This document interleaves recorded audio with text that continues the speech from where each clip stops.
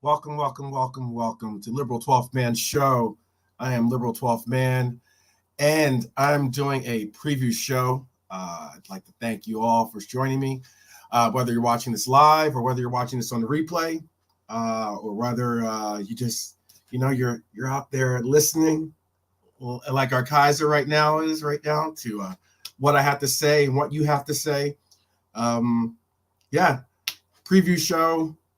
Definitely let's just jump right into it. Big up. What it do? Oh man. Keep it real. How are you, brother? Today is another day. You know what it is. We have this big FA Cup fourth round tie that's going to be coming up tomorrow against Norwich. It should be very interesting. I didn't do a Norwich predicted lineup because I didn't watch, or I haven't been watching much of Norwich. I do like the Canaries in the sense of I did watch them when they were part of the Prem. Excuse me, but now that they're no longer part of the Prem, I don't get to watch too many of their matches. So it is what it is for that matter. But all the same, let's get into it. I definitely you know what? I have the team. So yeah. So listen, I'm going to be doing Tuesday.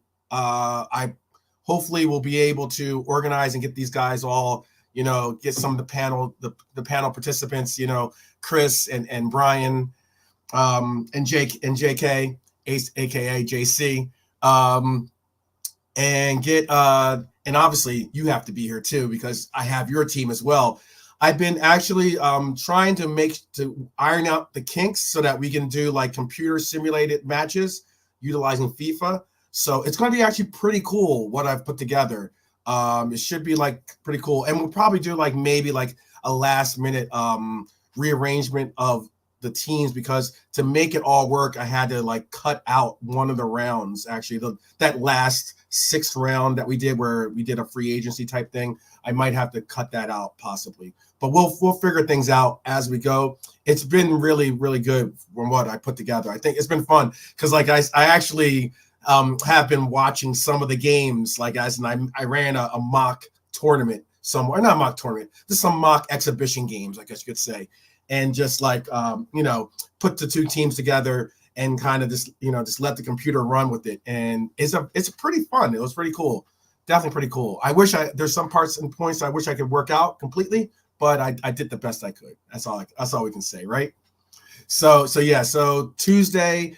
If I can't get those guys to be a part of the show, I'm still going to have the show. And what I'll do is I'll at least set up the preface of what we're going to do for a later date if they can't participate on Tuesday. All right.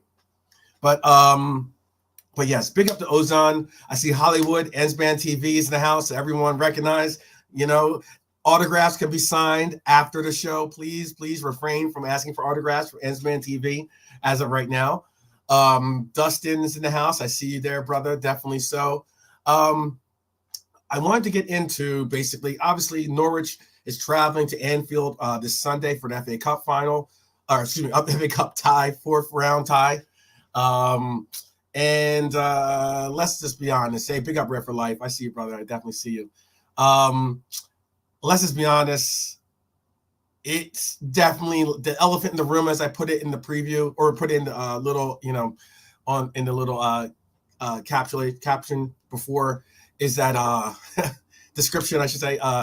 Hey, let's just talk about the elephant in the room, and he's listening right now. He's definitely listening right now. So, big up to the Kaiser Klopp. Yesterday's show was a difficult show to do, to say the least. I definitely got a lot off my chest and everything else. I called out some rivals. I called out the haters. Definitely called out some of the trolls, aka Scrolls, that are amongst us.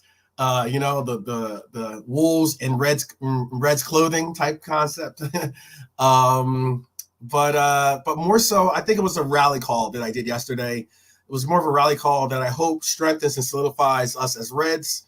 I know a lot of the feedback that I got from you guys was so positive, so reassuring, so uplifting. Allows me to know that I do walk with like some really like, good proper Reds that are really like, for the club, for the team, for each other. I really appreciate that. And that makes a difference. That definitely makes a difference. Oh goodness. So I see some of the people in the chat. So not every name is going to get read off. Let me say that right now. But anyway, every game, I think this going forward, every game will be that much more special. Every fist pump to the cop is going to be that much more special. Every last minute goal is going to be that much more special. Every trophy lifted, it's going to be that much more special. Every victory we get is that much more special. And especially knowing that this time is what it is. I'm glad and appreciative I get to share it with my Reds out there, and that makes a difference. So I hope this brings people to this platform, where we can have honest debates, and you can have differing opinions and different viewpoints than my own, but like, hey, let's talk about them sensibly. Let's not like, get into like, really like ugly name calling and all this other stuff, so big up to everyone that is willing and looking to do that. So that it is what it is. But here's my biggest question. So I have a question for the chat, or not my biggest question, but one of my big questions is this. Who will Klopp leave on the bench? Because we have some important starters returning to action. And it's a question of Demo Dre, big up Demo. Demo is a fellow Cujo supporter. If not, I know that I'm a big Cujo supporter. I got called out in the beginning of the season for, believing and supporting Cujo, but Demo is that guy. Demo's always had the vision and knowledge to know that. So big up, Demo. I see you, brother. I was just saying, so I was asking, who's going to be on this bench for him? Who's going to be on this bench? It's going to be very, very interesting.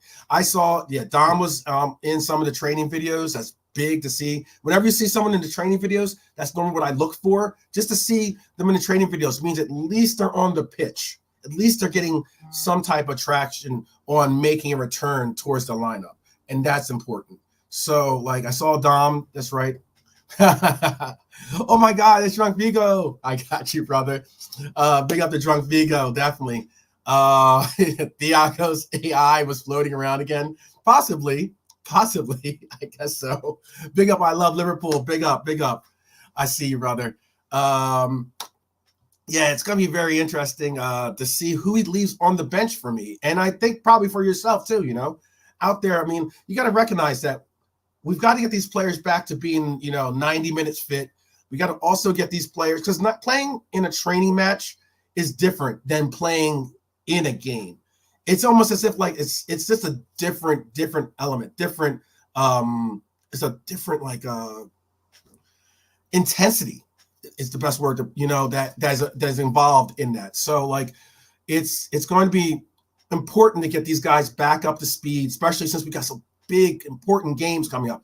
We got the Chelsea match coming up. We got obviously the Arsenal match coming up. Then we have to meet Chelsea later on in February in the League Cup final. These are very, very important matchups. So it's going to be interesting to see how and what he does to kind of like get these players involved and everything else. What's funny too is that a lot of people are going to start watching Leverkusen. I get that. If you haven't already been watching Leverkusen already, I'm sure a lot of people are going to be watching Leverkusen games all of a sudden. But yeah, I wanted to do this, so I'm going to do this. I'm going to bring up my lineup here. So I'm going to add this to the stage here. This is the lineup that I'm thinking that we're possibly going to go with here. And this lineup here is not necessarily going to be like, this is the lineup I would personally think that this guy right here is going to possibly bring out. I think we're going to see Robbo play in the left back, try to get like 60 minutes at a Robbo, possibly, trying to get these players back up to pace, back up to speed, and back up to that level that we necessarily need them. Robbo was on the bench for the League Cup game, but he didn't play any minutes, especially since it was so intense and so important of a match going that we didn't want to necessarily put him in that that rigorous of a vice. But yeah, but I do want to see Robbo get some minutes involved into his legs, and I also want to see Gomez play, and it's not a knock against Bradley. Again, I know we have the I know we have Chelsea coming up at home, and then we have also obviously Arsenal at the Emirates. I get that, but looking at this lineup, I really think that is important to see. I do have another thing that I really want to throw in there, a little monkey wrench to see how you guys feel about it. It's just an idea. So let me make sure that I put that in there. Okay. But yeah, let's see, I think McAllister's going to start at DM. I think that we bring back, I don't know about you guys, but I'm not really sold. Not saying that Gravenberch isn't a good player and that he's not going to really make contributions to this team, because he has already, actually. But I mean, it's not saying that he can't or won't. More so, I just don't know if the partnership between Elliott and Gravenberch has reached the levels of Curtis Jones and Elliott.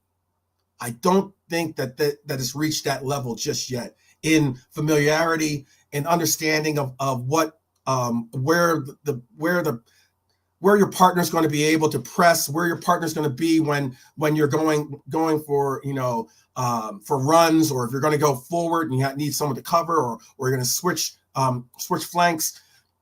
All these things are things that you got to have familiarity with your teammate. I don't necessarily know if Gravenberch has reached that level just yet. Not saying he can't. I'm not saying that at all. I think he will, if anything.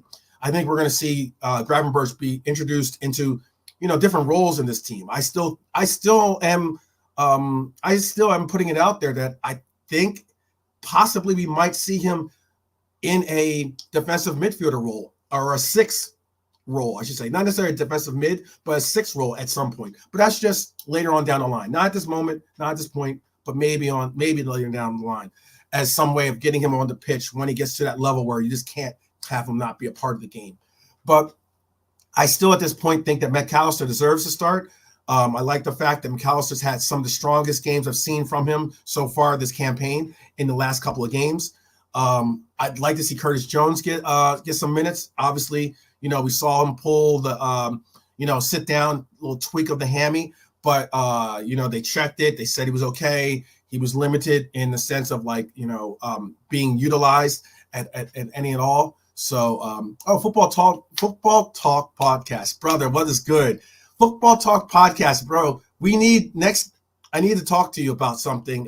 We need to work out something, because Football Talk podcast, Ozzy, basically he's doing his own campaign, his FC24 campaign right now, and and I know he's into video games and everything. So yeah, we got to get for the next draft or the next league, or if we can try to construct a league or something like that, or next tournament. We definitely need to get him involved, because it'll be very interesting to see, because he's very honest with his selections, and he's finding out it's not easy being a skipper. Big up Football Gossiper. I see you, brother. Big up. So that's the back line. I think we're going to see. I wouldn't mind seeing Kelleher. Do you guys have a problem seeing Kelleher start another match before? Is this going to be too much of a layoff for Allison? Is it too much of a breather? I don't know. Oh, Anthony Scouser, my Thai brother. Big up. Definitely. O-cup. It means thank you in Thai. But yes, definitely big up. And and Rushdie in the house. Big up, brother. Big up. Good to see you, bro. Um, I think that realistically, though, there's again, it's going to be a real question of how. I've been cool with the rotation that we've seen from Klopp, and with Kelleher and Allison. I've been cool with the rotation in general with Klopp. Have you guys had problems with it? Tell me in the chat if you guys do. If you have any problems with how the Kaiser's doing his rotation, and necessarily if you want to see Allison in this game rather than Kelleher. I think I would like to give Kelleher a couple more starts in the FA Cup. I wouldn't be against giving Kelleher to start in the final against Chelsea, but I definitely would like to see Kelleher get a couple more starts in this cup or in the FA Cup, and then once we got to the semifinal and possibly the final, give it to Allison to get us over the line. Not saying that Kelleher can't do that, but I'm just saying that I possibly prefer that. Big up to Brian Morrissey. Definitely. Brian, definitely. I'm going to be sending you guys, I'm sending you a text pretty soon to kind of work out this Tuesday show that I wanted to do with the teams that we put together. I've tried, like I said, I've worked out a lot of the kinks, and I definitely am excited to present it and everything else. But so Demo is saying Demo is saying for him, he's saying Kelleher plays all cup games for him. Is that the FA Cup too, or is that just the League Cup, Demo? That's the big question. That's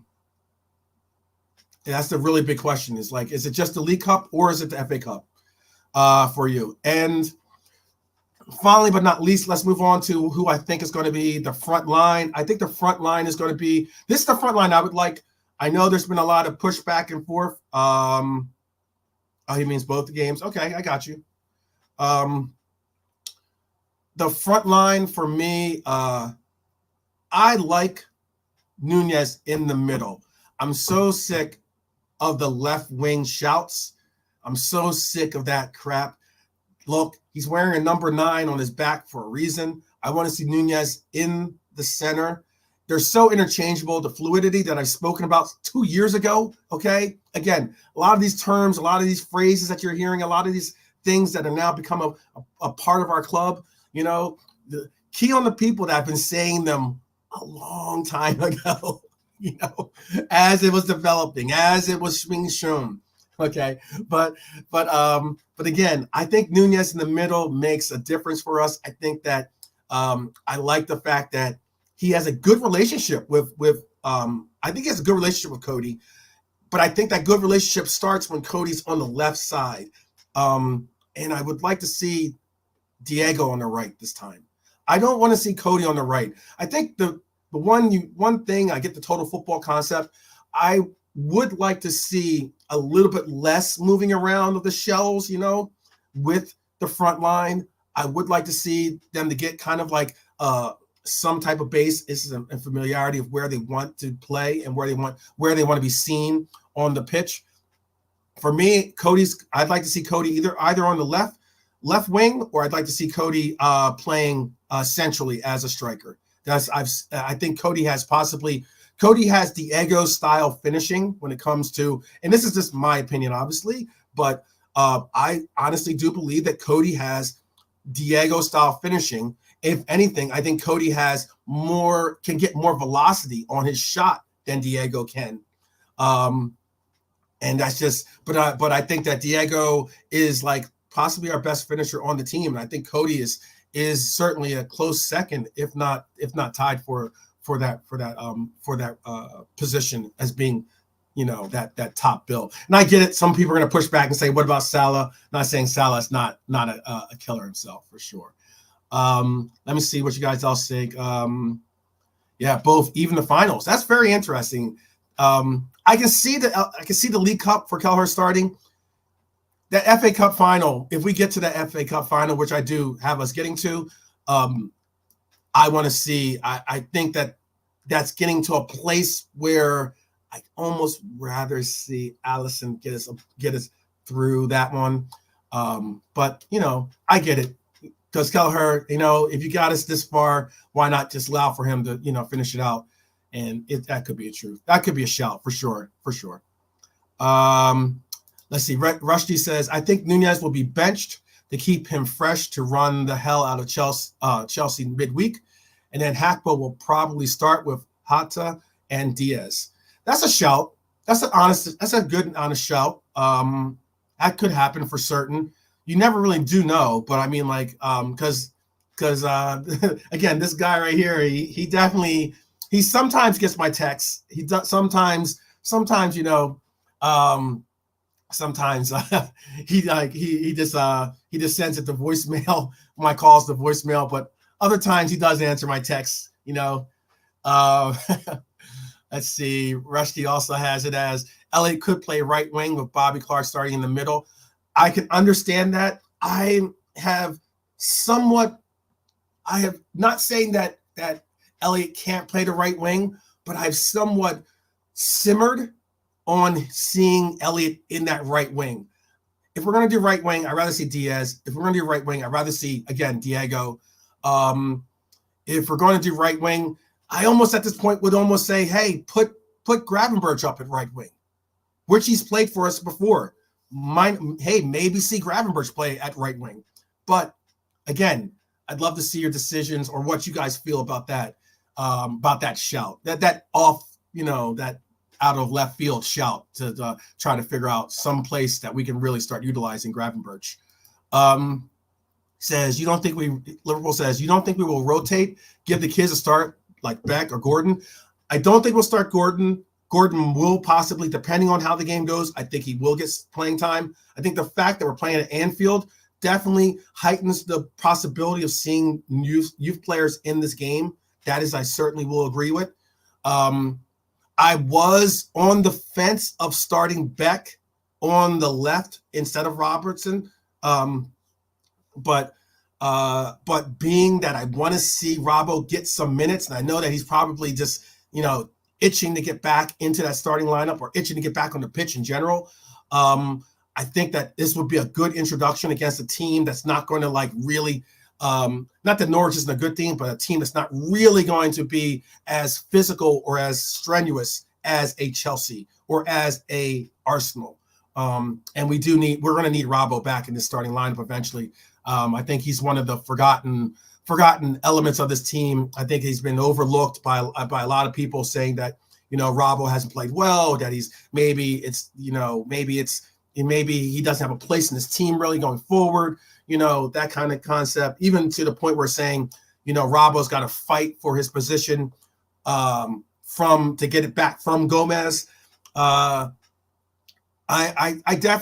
know being an American, some might call me out because I say sometimes a lot of the sports here in America, you don't lose your starting role. You don't lose your starting position because of injury. You lose it because of play. So you at least give that starter his opportunity for playing in this role. But, you know, I understand that, hey, you know, others are from the other train of thinking, which is like, hey, you know, if this guy's playing well and he's in form, you've got to win it back. And it's just like that. Big up John Conway. I see you in the house. Big up Daz Reynolds, my guy. Big up to see you. Let's see.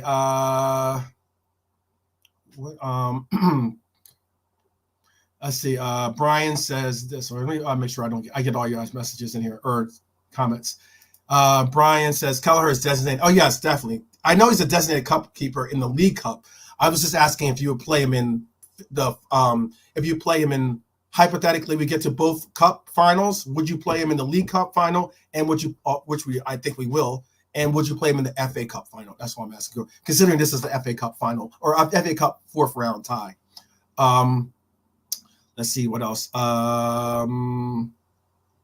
He said, Demo says he really hates. He really hates the guys who take us to the finals or bench for the finals.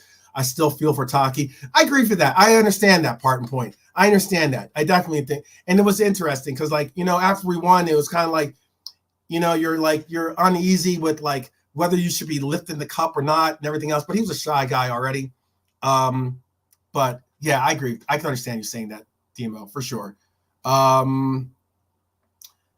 JK saying Elliott can't cross and play him in the middle, not the wing. Okay.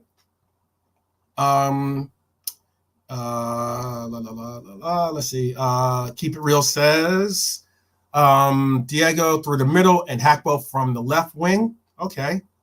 I guess he's mixing up a little bit from my lineup that I have there. Keep It Real also says start Robbo for the minutes. Yeah, I want to see him get 60, 65 minutes. Like around the 60th minute, I want to see someone warming up.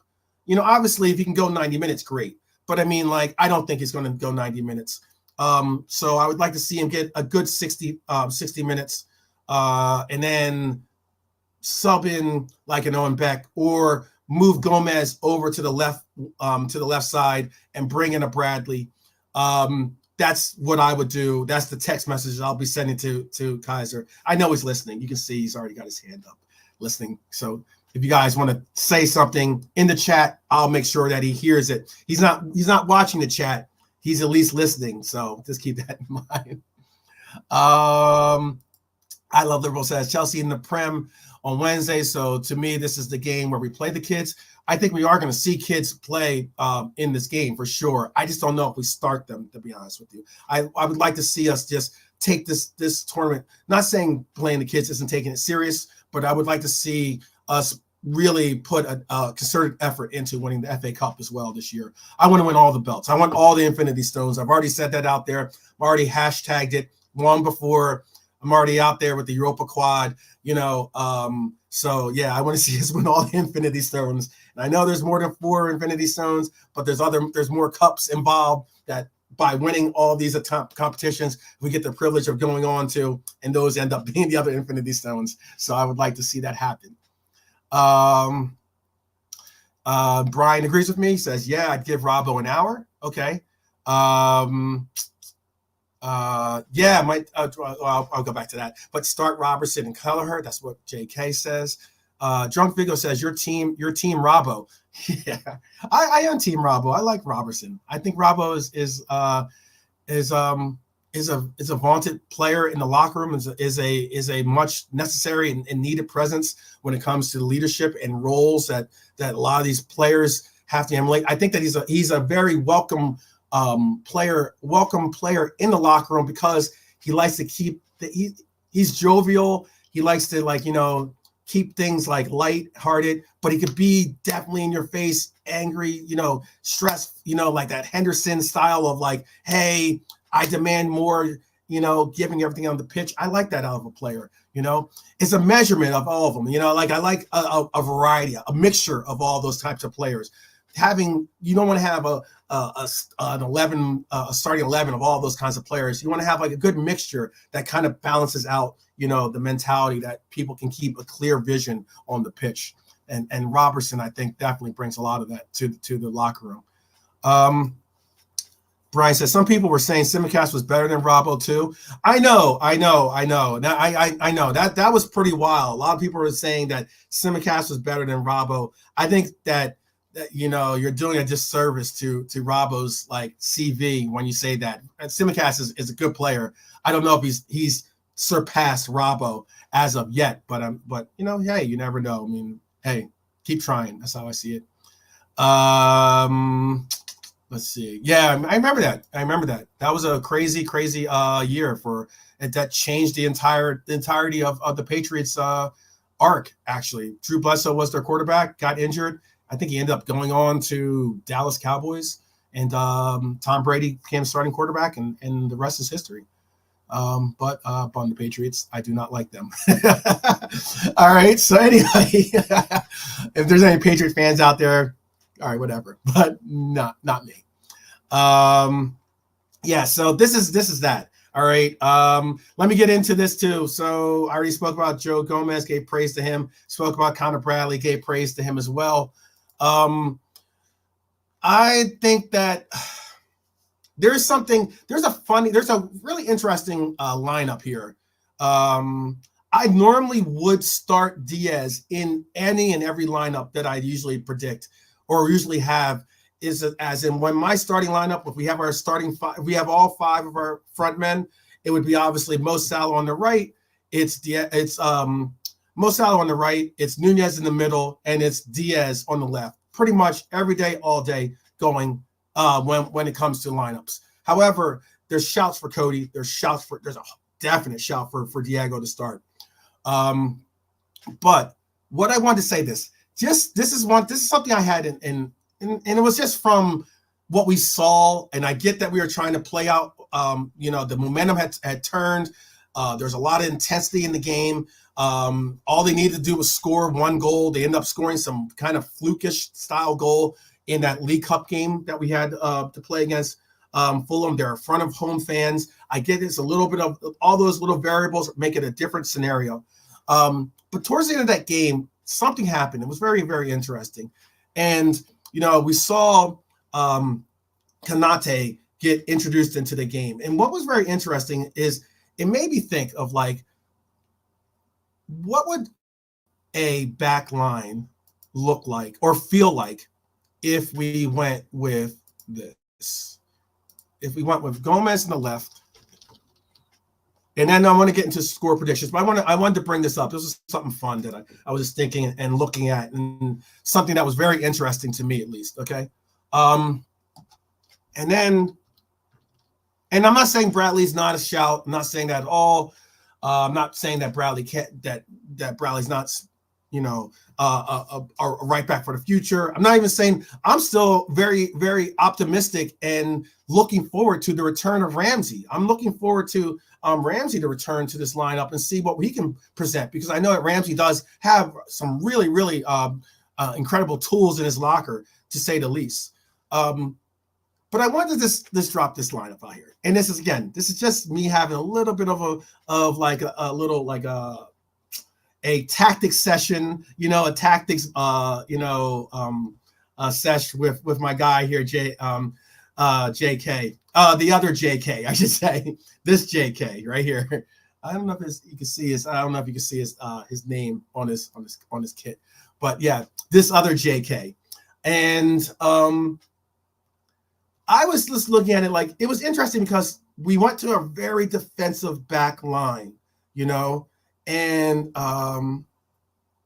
yeah. I know. He said, Brian's giving me some advice. He said, it's okay, man. You pick a player without people thinking you hate the alternative player. Sometimes you got to make sure you put it out there like that. You definitely got to put it out there. Because we all have our favorites, I'm certain. And, but I wanted to just say out there, like, how interesting would this back line be? Especially since we've seen Pep, tinker with utilizing an all center back line. How interesting would this back line be? Not saying we're going to play this lineup tomorrow, but it's a very interesting lineup if we came out with this. If we imagine having that lineup and being able to say, this is why I'm saying this, at least for this lineup, at least, okay, is that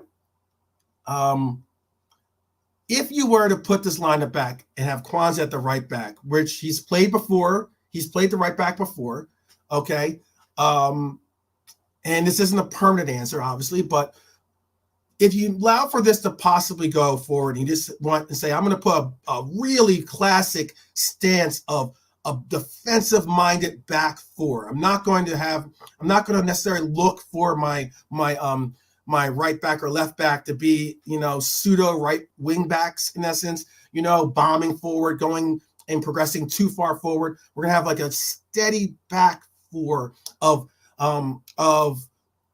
players that, again, will be able to utilize differently than our current back four. And it's just a thought. But if we were to have VVD there, obviously VVD has the ability to cross, the ability to throw diagonals and connect with long balls, period. Pause, I should say, then period. But one thing I've seen from Konate, one thing I've seen from Kwanzaa is that they've taken elements of Matip's game and incorporated it into their own, where you see them take these progressive runs and everything else with the ball. And it's next to sometimes impossible to get the ball off of such brooding physical guys that they are. they're just going to go and do what they need to do. As long as they can hold on to the ball, they probably can find and get it either advanced pretty far up the pitch, if not advanced far up enough to the pitch where they're going to bring the defensive players out to converge on them and create opportunities for our midfield, if not our front line.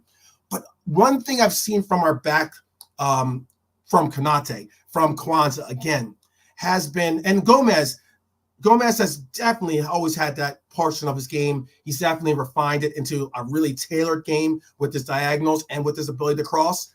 But I'm just saying that if we were to have Konate and Kwanzaa, one thing I've seen from them as of late has been their ability to cross and do diagonals of their own, do diagonals to that left flank, getting Diaz involved, getting whoever's on that left side involved, whether it's Curtis, whether it's Nunez. They've been able to get those involved by doing a more of a long ball progression of possession based progression with the long ball progression of their offense, of the offense. And one thing that we definitely, and I like to see, a lot of times people underestimate or undervalue it, but the distribution from Ali as of late has been really, really good. The distribution of Kelleher can be good as well. He tends to like to get the ball rolled out rather than do punts. But like if you've done things, I got you. If you've done things with this lineup, it's just a tweak. That's all I'm saying. It's just a tweak. This is like my Ancelotti, my tweak for, one day when we play against Ancelotti, hey, we could play this kind of lineup maybe or something like that. But it's just a tweak, and it'd be an interesting tweak to have. But I mean, it'd be interesting. It'd be interesting to see. I don't know if you guys, I see Brian is definitely giving some opinions of his own. And again, I like it. I don't really care if you guys have the same opinion of mine or not. If anything, I've definitely, since doing this platform, I've definitely, had to take on different opinions and differing opinions on other platforms, especially, but I enjoy it because it's just a platform for thought here, but it'd be interesting. Let's see what you guys had to say about it. Let's see. I know Brian says it's too defensive a formation. We attack teams, which I can see. I get that. But imagine if you could imagine turning Nunez into more of like a poacher, if anything. Imagine turning our forward line into more of a poaching style forward line that didn't have to track back as much because you have the defensive covers already there. And you just utilize that midfield that we have, that work engine of a midfield, especially when we use a midfield like this with Elliott and Curtis Jones being just always the busy bees that they are on the pitch. Then you have McAllister, who has definitely refined his game and being able to again, allow for the progressive passing, allow for the defensive work that he's been able to register. And then knowing that McAllister is going to be combining in different types of traps and different types of defensive coverage with a Konate, with the Kwanzaa, with the Virgil, with the Joe Gomez. You're not really worried about much, breaking that wall, in that back line. Here in America, we know we have a lot of talk about building that wall. Navy, this is building the Reds wall, if anything, the red walls right here. But it's just thinking outside the box. Honesty, big up Honesty. Honesty is saying apparently Alisson is going to start tomorrow. Okay, that's a shame if he does. I don't think he should. Maybe he wants to rotate again, Kelleher and Alisson, and keep the rotation, keep them fresh. Obviously you're not going to sub in a goalkeeper. You're going to keep a goalkeeper normally, just unless it's injury, you keep a goalkeeper a part of the game. But it's just interesting. JK says, because they've seen Virgil spray long balls and Matip take on the opposition like he's Messi. Gomez and Konate want some of that. Yeah, for sure. Yep, 12th man has some crazy takes. Yes, I do. I have some takes that definitely make you scratch your head. But it's just, again, it's just thinking outside the box. It's a forum, and like sometimes you want to have a forum to talk and get some thoughts out there. Scott. That's it. So Scott with a T always being dropped at the end. Says this backline makes a lot of sense. To be honest, since Gomez has been getting forward and inverting from the left lately, I mean, you know what I mean? You feel me? I mean, it's not that far out of line. If you knew that, like, if you can get like, you know, progressive runs and the occasional diagonals from Konate and Kwanzaa, cool. If you got the diagonals from, because Virgil doesn't make that many runs forward, but if you got the diagonals coming from Virgil and him being the anchor to hold down that back line, and having Gomez bomb forward every once in a while, keeping the opposition on their toes, that'd be kind of cool. But always knowing and being reassured that there's nothing going on past that back line, considering we have 4 center backs that, again, all have the pace to keep up with anyone in the league, have the ability to be physical with any player. You know, there's they have not only the ability to be physical, but have the agility and everything else that it takes to be able to take on wingers and everything, and bully them off the ball, be able to, you know, take away their confidence in trying to even engage in the back line, knowing that they don't have much you know, space to move into without being, again, bullied off the ball. You know, it's just an interest. It's a unique take. I can say that. Do I think we're going to see it? I don't necessarily think we're going to see it that often. I just think that, considering that we saw some version of it against Fulham, and I get that we're trying to hold on to a lead and not necessarily play more so of an attacking style of, like, you know, bombing forward always, but trying to push more of a defensive mind behind it. Yeah, it's cool. I get it, Brian. I get it. They can play there, but I don't want them. Not sure I've ever seen Konate cross up. Oh, if you haven't seen, I'm not saying cross as in like cross from the wing, but if you haven't seen Konate do diagonals, then you haven't watched the last couple of games closely on Konate's distribution of the ball. Konate has really been progressively better, getting better at a lot of things in his game. And that's why I say he's been taking different roles or different aspects of other players' games and incorporating them into his own, because he realizes that he's seen these things work on the pitch and everything else. And I think that he's really doing what he has to do and everything else. So, and I mean, again, this is my point too. JK's got a great point. I think he's going with what he says. He says we can't afford to play a weaker team versus Norwich, rest a lot of them, and play Robbo, Trent, and Dom. I don't think Trent's going to get really a run out here. It's questionable if he gets it and everything. But if he gets a run in, let's say, a start. But this isn't the starter lineup I said that we're going to go with. I already showed the starting lineup I think we're going to go with.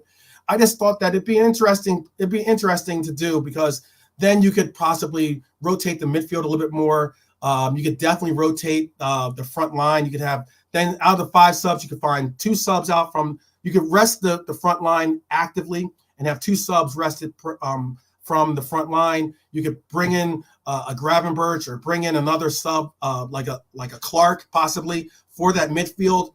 And then if you do want, you could possibly rotate one of the players out. You could maybe get Robbo some minutes, or you could put Bradley in or Beck into that back line. That's just my, like, you know, again, thinking outside the box, because there are a lot of games left. There are some really big games. Not saying this FA Cup 4th round tie isn't a big match, but I'm saying that there are some big matchups, and it's going to be very interesting to see how Klopp rotates how he rotates the lineup and everything else.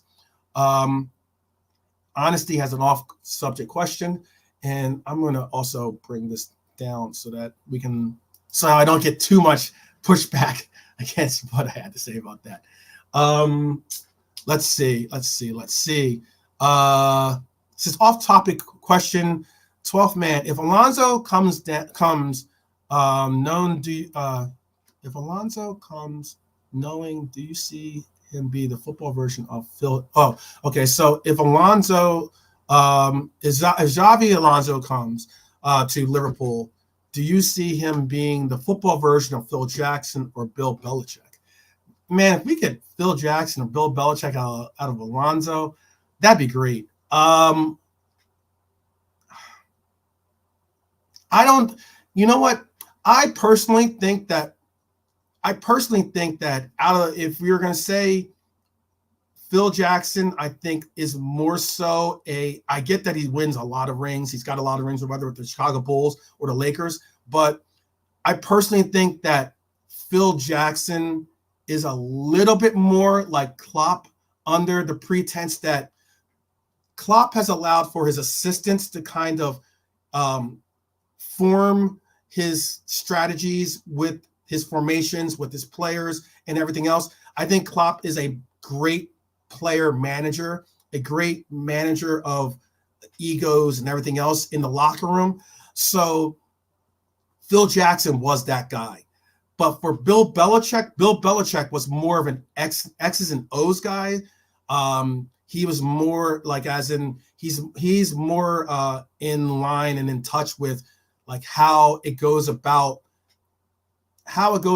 what you're going to do on the pitch. Not saying that Klopp doesn't have any input in that, and not saying that Phil Jackson didn't either. But when it came to Phil Jackson, for instance, it was Tex Winters that created the triangle offense, for instance. Okay. Pep Linders obviously has some real input in this lineup, or in how this new version, this new, LFC 2.0 that we're witnessing has been constructed. And, unfortunately, there's been a lot of people out there that have like hated on Pep. I'm not one of them. I appreciate the fact that Pep Linders, I like what Pep Linders has brought. I like what Pep Linders brings to the fold in the sense of the different nuances and the refreshing of this concept, the refreshing of the ideas that Klopp tries to bring out in some of these players.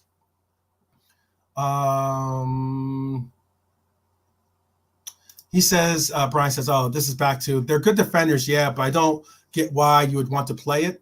I'm just saying it's just a difference. It's just a difference of the reason why I was saying I wanted to play, or why I would sometimes change up the scripts against, not to say maybe certain teams.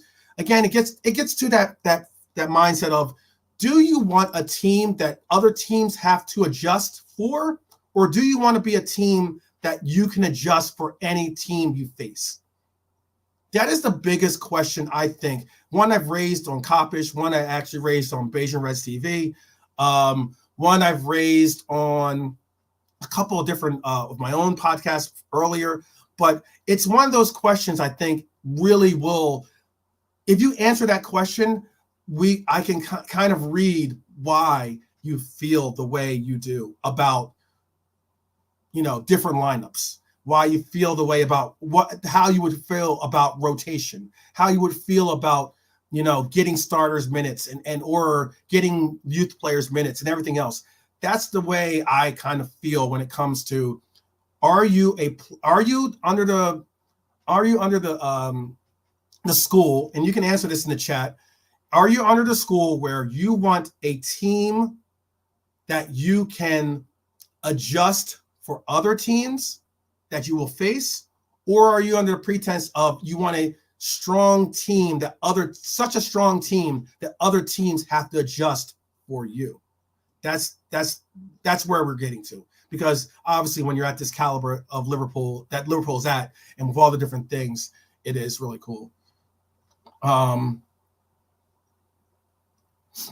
So yeah, and I differentiated the two, by the way, too, Brian. I see your comment. I differentiated the two. I said not crossing. I'm just talking about diagonals, just simple ways of what I like, because you don't see that many crosses from Virgil, for instance, and that's because the two center backs, because we often play with sometimes just two backs in that defensive line, because our right and left back are so further high pushed up on the pitch. Primarily, they're central in their placement. you're not going to see them out wide. So you're not going to get many crosses from Konate or Matip when he was playing there, but Konate or Virgil. You're going to see more of diagonals from them. But from your wing backs or from your right backs and your left backs, different story because they're going forward. But if they didn't necessarily have to go forward, okay, and you're able to get progressive runs and you're able to get certain things out, different things out of them, and we have seen it from Gomez. That's what I was just mentioning that as an option, not as like, hey, this is the way we need to go forward, just as an option. That's all it is. That's all it is. Let's see. Honesty is saying my back line for tomorrow is Robbo at left back, Konate, Kwanzaa, and Bradley. Midfield would be Mac 10, Dom, and Gravenberch. That's an interesting back line, or midfield too. And his attack would be Diaz, Darwin, and Elliott on the right wing. Not a bad shout. Not a bad shout. Let's see. Let me answer this one. He says, we need drama, though, bro. What is this about? I missed the and drama is composed of love and hate. Okay. I missed that convo earlier in the chat. I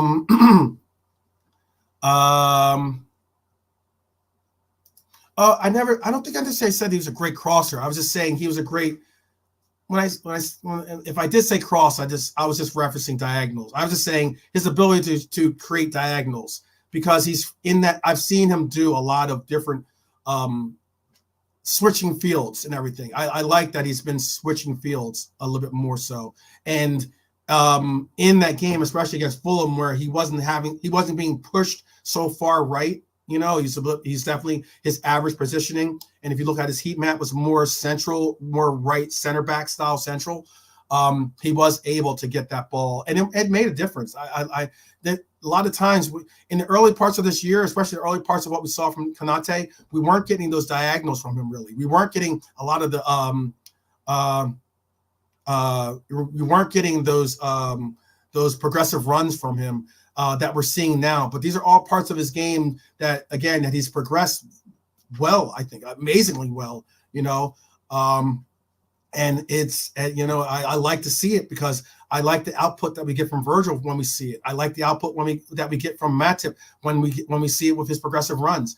I like the output that we get when we see it from Kwanzaa as well. So that's why I'm bringing that up. I just like when I see parts of their game that I see that they excel in, I'm figuring out, okay, well, how do we get them to be able to offer those qualities on the pitch more often, you know, without like, you know, having to without, you know, and it's still being a part of the works of everything. Let's see. And this is what I mentioned too. He says Pep does the 4 center backs thing because he has 4 center backs that can play. We have that too, so why not? That's what I've been thinking. I love Liverpool. I'm not necessarily saying that, you know, hey, the only reason why I want to do it is because of Pep. I'm not trying to be, you know, a Pep biter, or I don't know if I want to even say that. I'll pause on that one. But yeah, you know, hey, you know, it's an interesting, you know, there's a long time and there's been a long call for instance, for Trent to be in the midfield, for instance, right? Trent being in the midfield. And I'm sure by me even mentioning that, we'll have people that say in the chat or in the comments after this is done that say that they want to see Trent play midfield full time. They don't want to see him as a right back any longer. They want to see him in the midfield. My question is, who do you take out of the midfield? If we have a completely healthy midfield, let's say it's everyone gets the magic sponge on them and everyone can play, you know, who do we move? Who would we move Trent into the midfield for? Who do you move him? Because you're not taking him as a 6. You're not moving Trent as the 6. That's just not happening. Okay. If you're going to have him as a, and he plays that now as a holding midfielder pair with an actual holding midfielder, if not a more designated 6/hybrid 6 or more of like your ideal 6 that you normally think of, like Endo is a destroyer. If that's the case, then okay, you're not putting him there, and that's again having a midfield of a four member midfielder field. So you're not keeping him as your 6. That's just not happening. Curtis Jones, in my opinion, I don't know if Demo's in the house still or not, but in my opinion, I think Curtis Jones has solidified himself as being the first choice as our left center mid. I honestly do. I think he's one of the most essential players in our midfield. And I'm saying that with McAllister making a concerted effort to try to take that most essential at least, because McAllister has become certainly a more essential player. But I just think that Curtis Jones is taken into that role where he does now somewhat say, hey, there's a strong shot for him to be that left-sided 8 with the work rate that he provides, with the ability. I think it's great to see him have made such strides forward and be there for us as that 8. It now moves on to the right side because that's under the pretense we're going to go a 4-3-3. Okay, that's not saying we have a 3 back and we have four midfielders. I'm saying we have a 4-3-3. Let's just go under that pretense. So now you move on to the right midfielder, and that right midfielder, I think, despite his dip in form, I still think that I'd rather see Dom as that right midfielder and developing starter of solidified starter of a midfielder in Dom than having Trent there. And that's why I've been so adamant about, I get the push to put Trent into the midfield. But again, I ask everyone and all when I have to go up against this question, I ask you, who are you moving out? Who are you moving out? Because someone has to move out.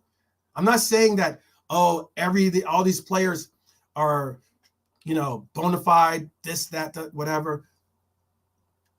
I really want to see who you move out of the midfield when you're going to say you want to see Trent in a 3-player midfield. Who do you want to see there? I'm honest,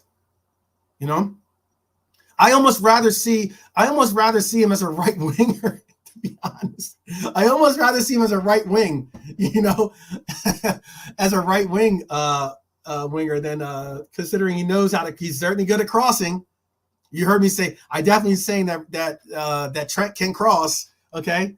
And he's decent at shooting. He's definitely decent at shooting or scoring. He's not the greatest finisher. He's not on some Mo Salah-esque style of finishing, but he has the ability to place the ball wherever he wants from free kicks and such. So I mean, obviously that potential is there. But honestly, real quick in the chat, please do me the service of telling me if you were able to, and actually not if, Klopp's here. He's got his ear open.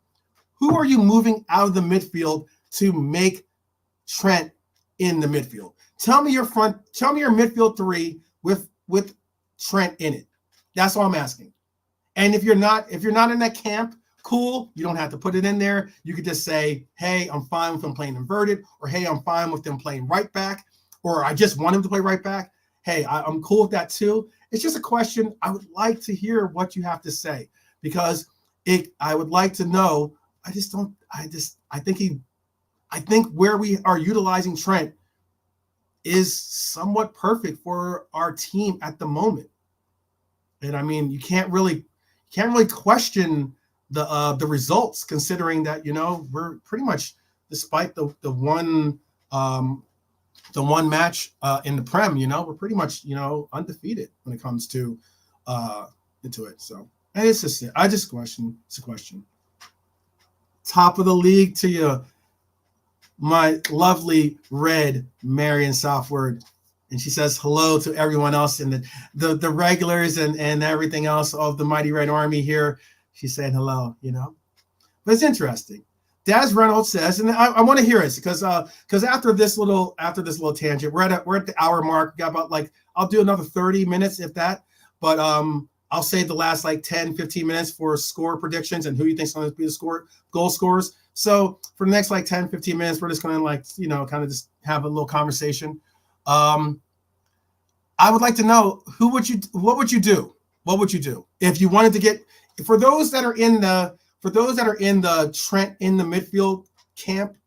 I would like to know who it is that you move out to accommodate Trent in your midfield. I saw Daz. I'm going to put your question up, Daz, or not question, your statement.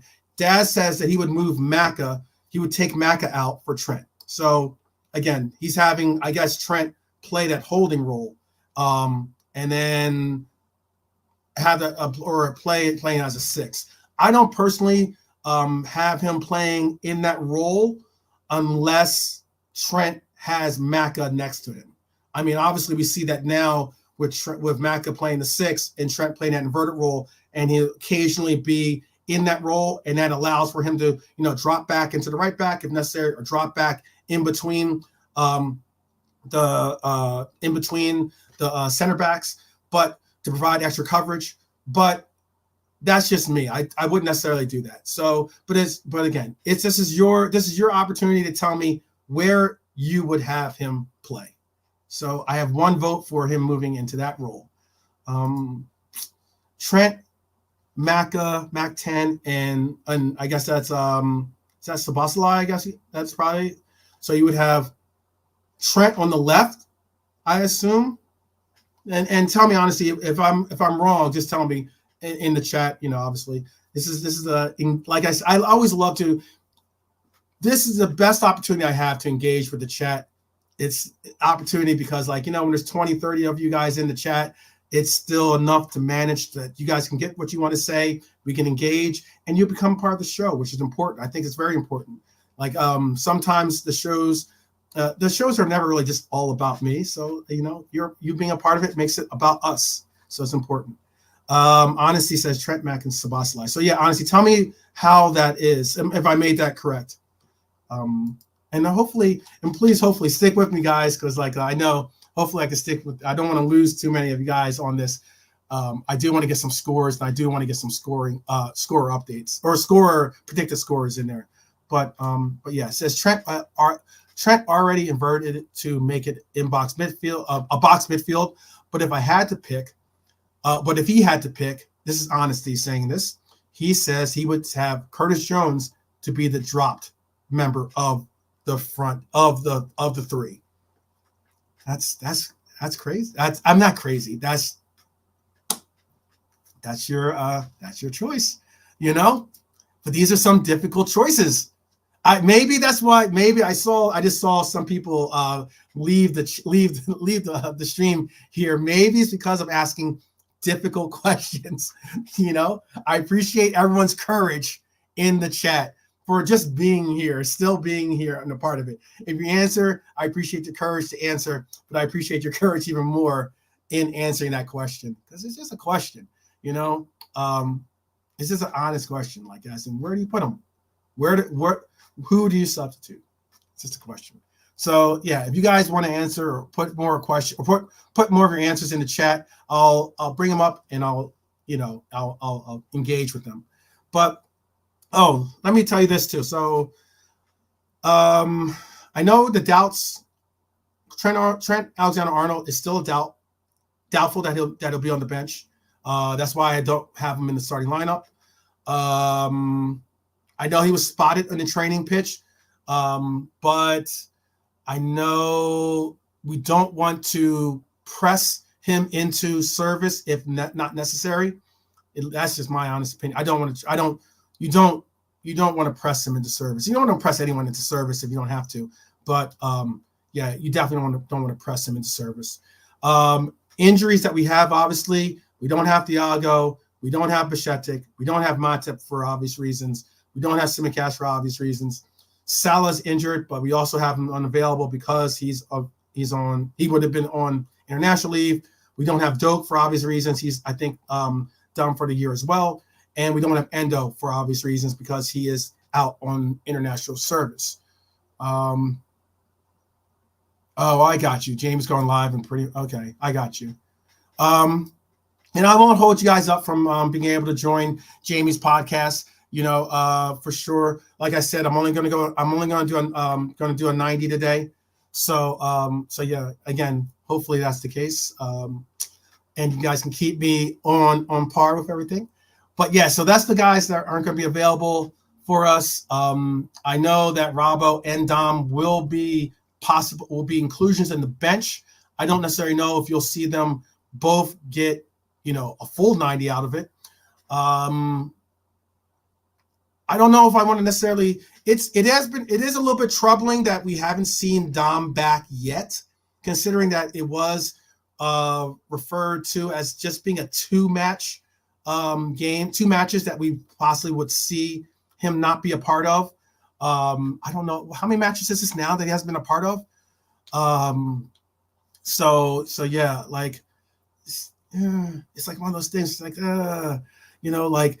I want to see them be able to, especially being at Anfield.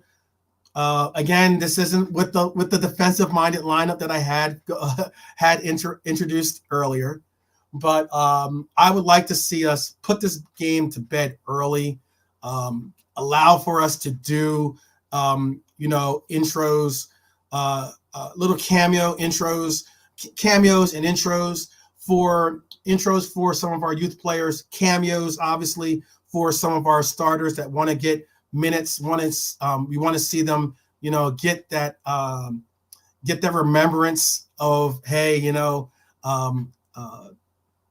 that remembrance of being on the pitch, and it not being a training match, it being an actual, game that's going to have some impact on it. And I get it, yeah. Brian's saying he was in full training this morning, so he's most likely good. Or he's saying he's just good. Yeah, I do you start? Does everyone in the chat want to start Dom? Is that what we're saying? Would you prefer to see Dom get the start?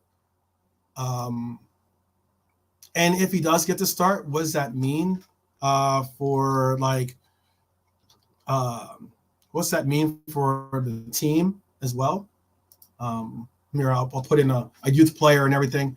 But like obviously if that was the case, I'll bring up the lineup with like a Dom and with some of your suggestions here too. It says tomorrow. He says no. He said he's just over his injury. Oh, I got what you're saying, Brian. And also tomorrow should be a day where fans celebrate Klopp and we play players who are coming back from injury. Rest the regulars for Wednesday. I want to do that too, to be honest with you. I really want to do that too. I am all in on winning this league. I am all in on Klopp having a European quad be his mic drop, and for him to walk off and be like, have obviously the rivals and everyone else, obviously being on some BS about like, is the quad really better than the treble, or is this Europa quad better than? I've already heard, is it better than the treble? I've already heard whether it was Talk Sport, whether it was TFT, whether it was some of the other things out there. I even did a episode on this too, actually. So yeah, I've already heard that. I'd like that to be his mic drop and win the 4 competitions.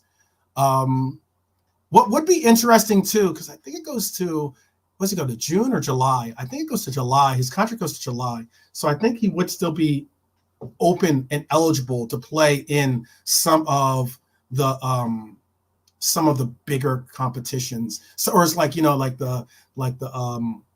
I think he would be eligible then still for the World Cup competition, the Club World Cup competition, or the Super Cup competition, all those extra competitions. I think by that, that by winning the Europa, you get to participate in. Should be interesting. What else did you? Brian says he wouldn't start Dom. I wouldn't start Dom either.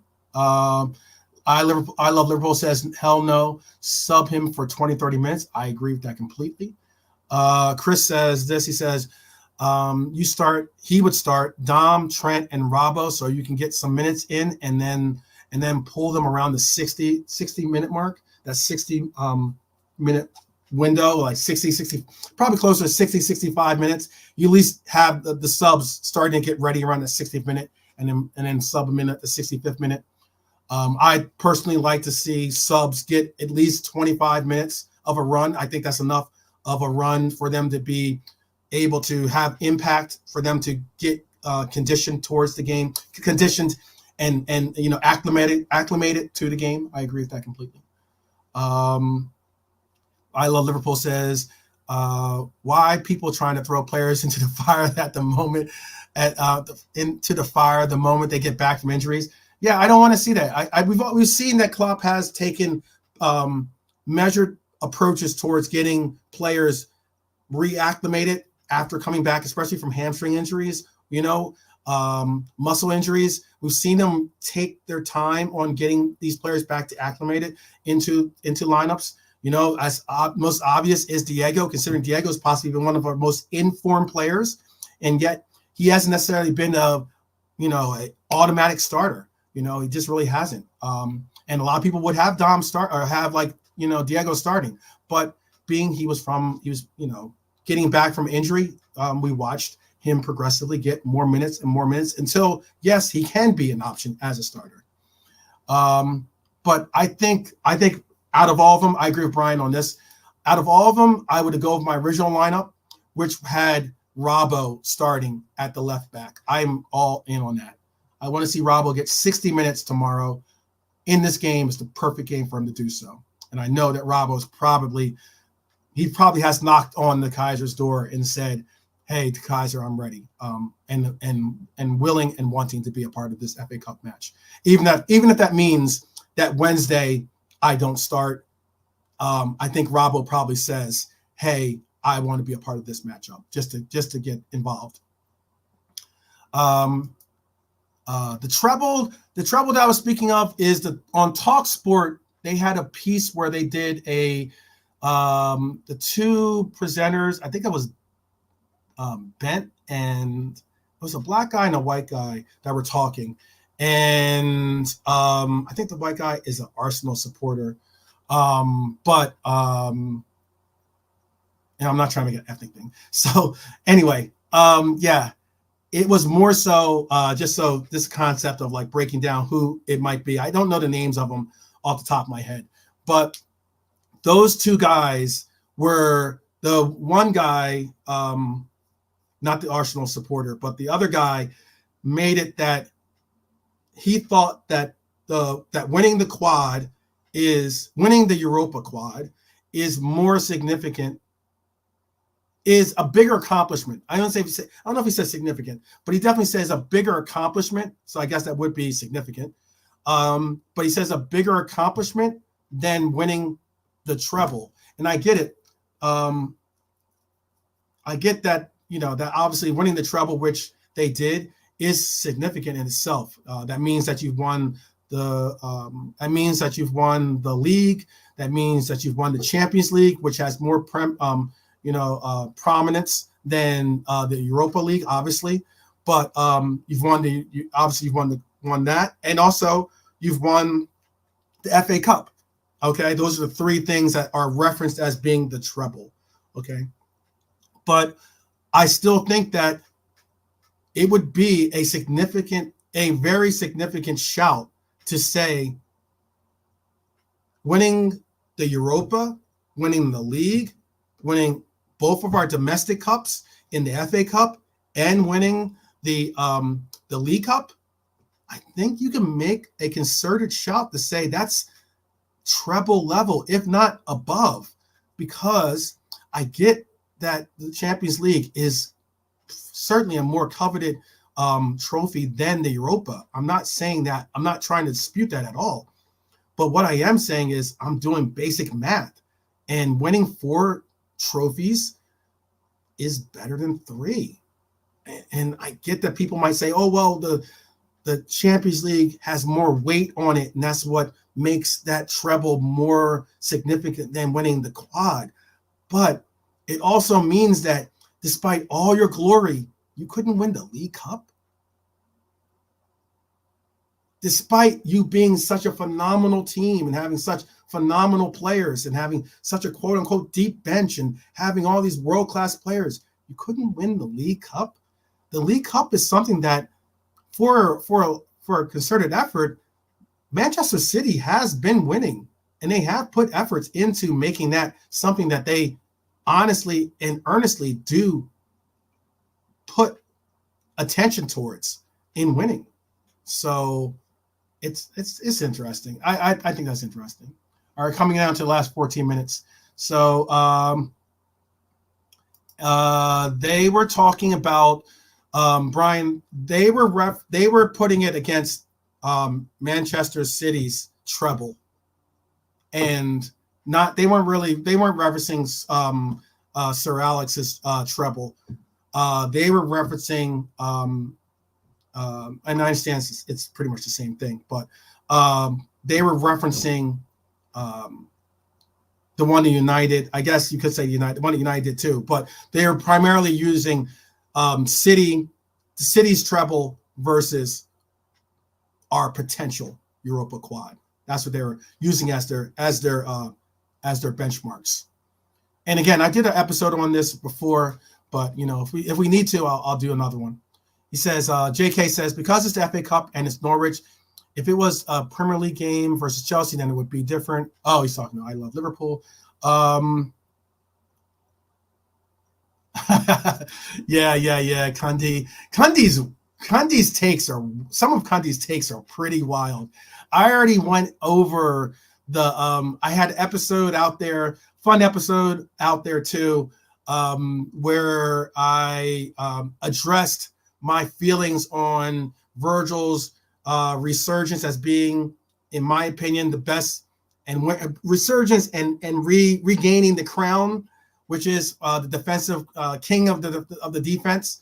And I did the whole take of how of who makes like a top five, or who makes, actually I did the Mount Rushmore. So that's like my thing now, and in like how I rated Virgil in that top Mount Rushmore, and how I had Virgil, and how Cundy had Virgil not even making top five, much less he didn't have him as one of the greatest. He didn't have him as one of the greatest center backs of Premier era. I didn't say all. I said Premier era. That's all. But I mean, unique thing about Virgil is he can play in any era. Cundy. Anyways, let's see real quick. We have a long way to go for the squad, so that's why I don't talk about it. The prem is the goal, and everything else is a bonus. That's what JK says. He says, okay, that treble is much bigger. European Cup is the pinnacle. The European Cup is the pinnacle. Or he's talking about the Champions League is the pinnacle. He said, nice try. You can get knocked out of any cup competition anyway. That's a matter of opinion, no maths. And I'd take a treble over the Europa quad every day. You know what? At this moment, you play for every trophy that you win, Brian. Where I would differ is that, we're not able, or we're not in that competition. So obviously we are attempting to win what is in front of us. But honestly, I don't think that I do not think that winning the Europa is any of a, I get that it's not the Champions League. However, if we were to win this Europa quad, we will have done it by beating the reigning treble winners. We would have had to outperform and beat the previous year's treble winning City squad to win the league. Okay, they're still in the FA Cup, so we might have to face them in the FA Cup. I hope we don't, but I mean, honestly, we might have to face them possibly in the FA Cup to accomplish that. So we could see them in the road towards the FA Cup. We'd have to beat them. We don't have to beat them in the League Cup, obviously, because they lost like they did in the treble that they won before. They lost to Southampton, a relegated team. They lost to Southampton. You're telling me that the team that won the treble couldn't beat Southampton, even if it was a rotated squad? And that doesn't take off some of the shine from that accomplishment? I happen to think it does. And again, the reason why I say Infinity Stones is because I also want the Super Cup. I want to see the Europa team face the Champions League squad team and have them battle it out and have us win and have us beat them in that too. And that alone, that too would say, hey, there's a shout to say that we would have performed. That's all. That's my opinion. You're welcome to your own. I'm not saying that your opinion is wrong. I'm just saying your opinion. This is the reasoning behind what I say is what I say. Like as in if the roles were reversed, and what I say, us winning a treble would it overshadow that of City doing what we're in place to do now, which is go for all these 4 competitions? I would say that, yeah, their accomplishment is if they were to beat us in the league, if they were to beat us in the FA Cup, okay, if we didn't have to beat them, but if they were to outlast us in the League Cup, I think that shows the levels and measure of your squad. I think that just does. I get the Champions League has a lot of a lot of gleam and shine to it and everything else and a lot of importance. And I'm not undercounting that importance. I am saying that it takes a lot to win every competition that you're in. And I think that it's important that they win, that the treble that they've won is significant. I think it's an amazing accomplishment. I think it's something that very few teams have ever done. But I just don't want to take away from the fact of us making it what it is. And that is the fact that I don't believe it's a far reach to say beating you in the FA Cup would matter. If you told me in a year that we had to beat all those teams, and again, we had to beat a treble-winning City team to get to that echelon, that's a major accomplishment because they are the reigning champions. Okay, so it wasn't like we got any it's not like we got to the League Cup by beating Middlesbrough. Okay, League Cup final actually by beating Middlesbrough. It's not like we got knocked out by Southampton. That's why I'm referencing, as if we had done that, it would take some of the shine off of what we're doing. I think losing, and that's the reason why I'm in the camp to say win everything, and then let the pundits and the rivals, the fans, let the neutrals, the scrolls, let everyone have a voice in how important and how they feel about the accomplishment. That's what I'm trying to get across. All right, we're in the last 5-6 minutes of this. I want to get some score updates. Big up to Nigel. You just got in here at the right time. What did you say, Chris? I wouldn't say we beating them. They're beating themselves, to be honest. They're beating themselves, to be honest. Hey, I don't know about that. It depends. We still have to host in what could be, in my opinion, what could be one of the most pivotal games for us.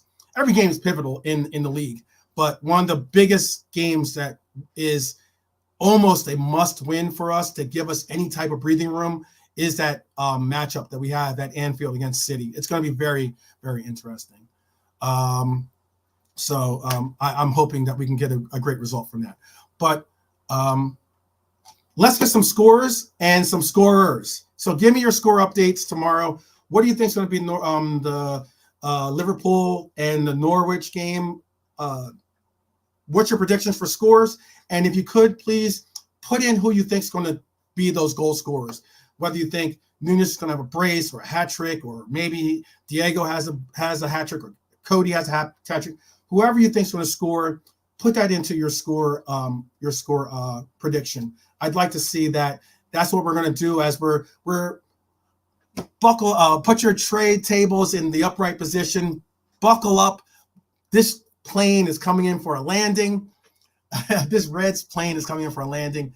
Tell me what you guys think about tomorrow. What's your score predictions, and it's cool, Nigel. It's cool. Even if, it's funny. Sometimes I'm spot on with my score predictions. Sometimes I could not be any bit more wrong. Sometimes you're thinking with our heart, sometimes we're thinking with our head, and sometimes we're thinking with both. And sometimes we just get it wrong. It's not a problem, not an issue. Just throw it out there. It's kind of fun. And when you're right, you're right. And when you're wrong, hey, you keep it moving. It's all good. JK has it as 5-0. Anfield's going to be a place tomorrow. It's going to be a place. It's going to be big. I think there's going to be a lot of attention on this guy. So, and it's going to be a lot of attention on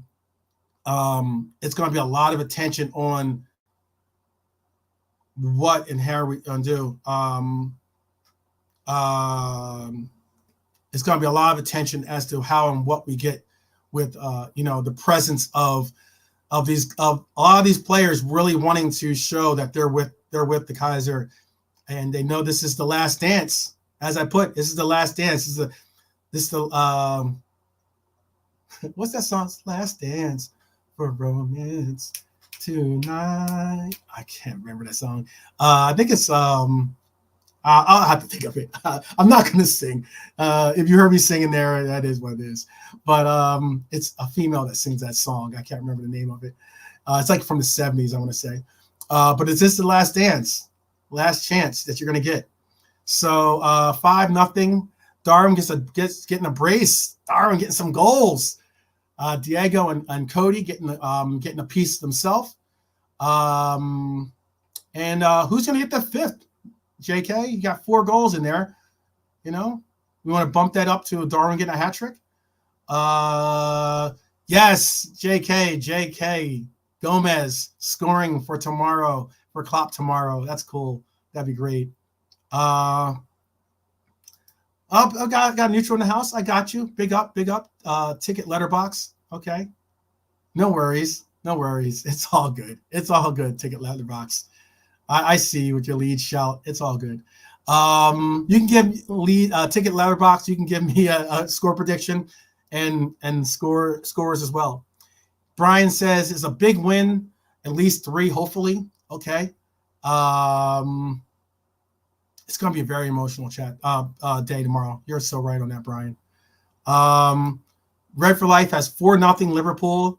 I Love Liverpool has 4-0.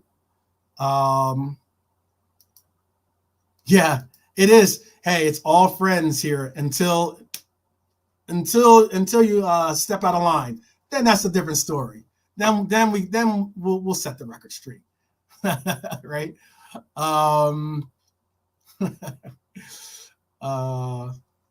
Let's see. 3-0. Oh, Marion has 3-0. Darwin, of course. Darwin, and Darwin. Got you. Dustin has 7-0. That's going to be interesting. Red for Life has Cody, a brace, Nunez, and Gravenberch. Gravenberch is a goal. That'd be nice to see. Yeah. If it's 7-0, then Oprah will be in attendance tomorrow, because she'll be like, you get a goal, you get a goal, you get a goal, you get a goal. That'd be funny. Yeah, for sure. So we're at the 90th minute here. I'm going to go with I like the Gomez shout for getting a goal. I think that our front line, no matter how we construct it, is going to be a very, very formidable foe.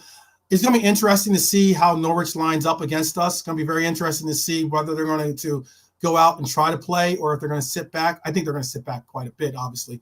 But if they're going to really venture forward, or even try to allow for us to get some spacing behind the back line, or create some openings for us to really take care of them in the channels that they create. I like the Nunez shout. Big up M. Tarmizi. On Tuesday, I'm going to share with you the visit that M. Tarmizi shared with me as well. He was able to go to the supporter store on his trip, and it was a really cool exchange. So I definitely showed me a couple of things that I want to definitely go and pick up. So big up to M. Tarmizi in the house. He says Adidas Predator boots owners. Okay, so he has an all Adidas Predator boot scoring affair with D9, Diego, and Gomez. Yes, Gomez for sure. Let's see it happen tomorrow. Nunez, a penalty would be nice. You know what? I'm down with that, Nigel. I'm down with that. I'm definitely down with that.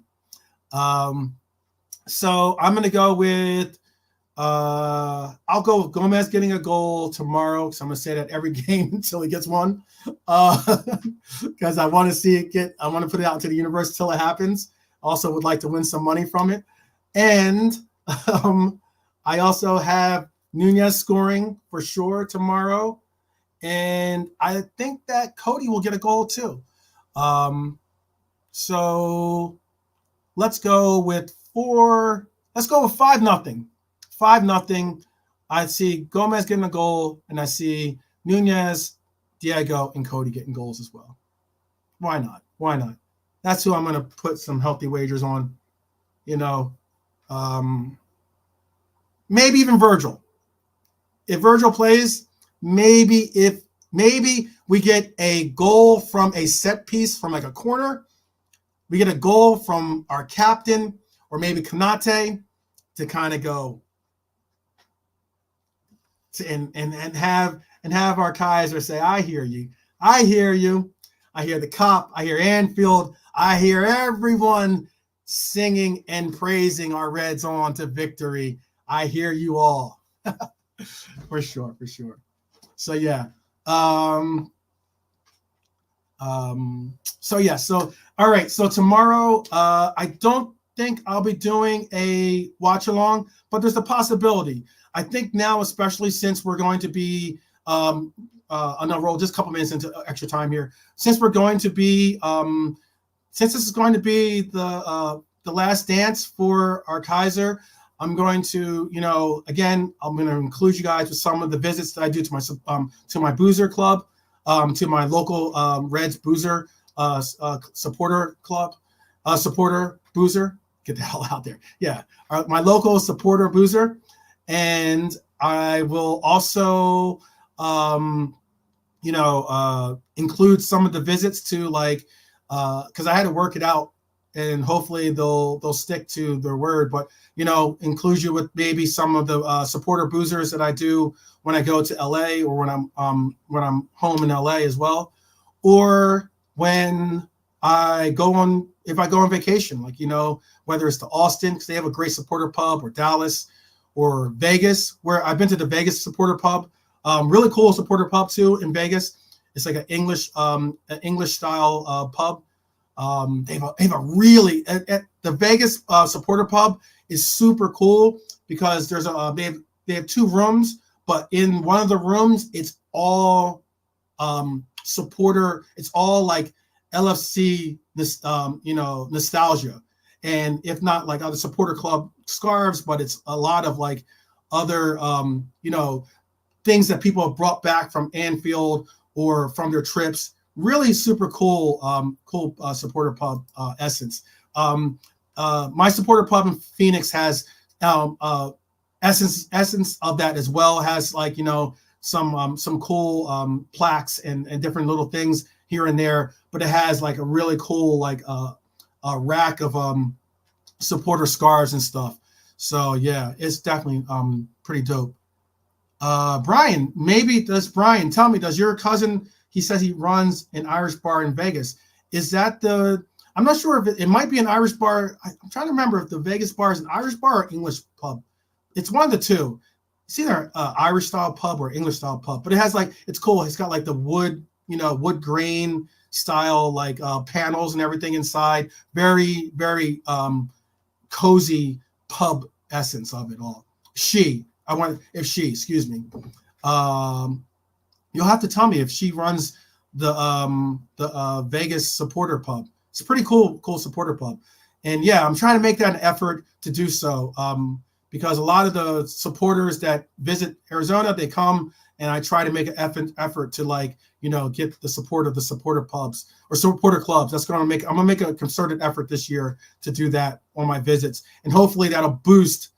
You'll hopefully see a big boost towards the numbers. I want to get up to, I definitely want to get a couple of zeros behind the numbers that is at right now in supporters of the channel. But yeah, I'd love to hear that and love to see that. But yeah, that's what my plan is going forward. So I am going to do some watch-alongs. Hopefully, I'll do either some watch-alongs on my channel. I'll also do some watch-alongs on other channels. And I'll also provide you some content by bringing you along on my visits to either my own supporter pub or the other supporter boozers that I go across the country of America here. But until then, you know what? FA Cup, 4th round tie. Looking forward to seeing the lineup that our Kaiser brings. Definitely appreciate Jurgen for being here and joining our humble forum here. So I definitely am interested to seeing tomorrow's game, seeing who gets to play, seeing if we get the high fives, as they say. I'm still looking for that. That sound clip. I want to get that sound clip, but I don't know if you guys remember that in FIFA. It used to be where the commentator says when you had a 5-0 game, he says the high fives. Whatever squad. Me always playing with Liverpool. But Liverpool has reached the high fives, meaning like we've reached 5-0. Like to see that. Hopefully we get any of the results that were offered. Let's get Gomez his goal tomorrow. Hey, let's keep on walking on together, brothers and sisters, for sure. I'm going to read your comment, Brian. Brian, I might even hit you up after the show. But I wanted to definitely, I'm going to hit up Chris, hit up Brian, JK. I'm going to hit you up on Twitter as well. So keep an eye out for that.